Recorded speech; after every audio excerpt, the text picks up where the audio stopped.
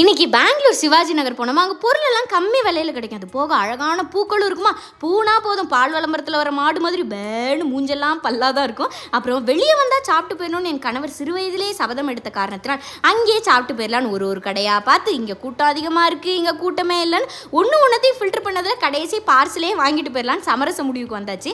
அப்புறம் அங்கே மசூதி எல்லாம் இருக்குது, அங்கே கறி சமோசா சூப்பராக இருக்கும். 2 வாங்கி காரில் போட்டு வீட்டுக்கு வர்றதுக்குள்ளே ஒன்றத்தை முடிச்சாச்சு. ஐயோ, நம்ம சமோசாவுக்கு பாதகாயிடக்கூடாதுன்னு மறைச்சி வச்சு கொண்டு வந்துட்டேன். கிரேவியில் கொஞ்சம் எண்ணெய் கம்மியாக இருந்துச்சு. 1 ஸ்பூன் இன்னும் அதிகமாக போட்டிருந்தா பரலோகமே போயிருக்கலாம் போல இருக்குது, அவ்வளோ எண்ணெய். ஆனாலும் அதை வச்சு உட்காந்து சாப்பிட்டுட்டு அப்புறம் என்னோட வெத்தலை செடி அழகாக வளர்ந்து இருந்துச்சு. அதை எனக்கு நல்லா படர விடணும்னு ஆசை. ஏன்னா அந்த பால்கனி இருக்கா, அதில் வச்சு அழகாக இருக்கும். பட் எப்படின்னு தெரியாமல் சும்மா என் ட்ரௌசரில் இருந்து ஒரு கயிறை உருவி அப்படியே கெட்டி போட்டேன். ஆனால் படரவே மாட்டேன்ருச்சு. அப்புறம் அவசர உதவி எங்கள் அம்மா கால் பண்ணி எப்படிமா இதை போடன்னு கேட்டால் ஒரு குச்சியை நட்டு அதுக்கப்புறம் அதில் கயிறை வச்சு அப்படி கெட்டுனா அது பாட்டுக்கு படரும் நாங்கள். ஆனால் எனக்கு என்னமோ நம்பிக்கையே இல்லை இது படரும்னு சொல்லிட்டு.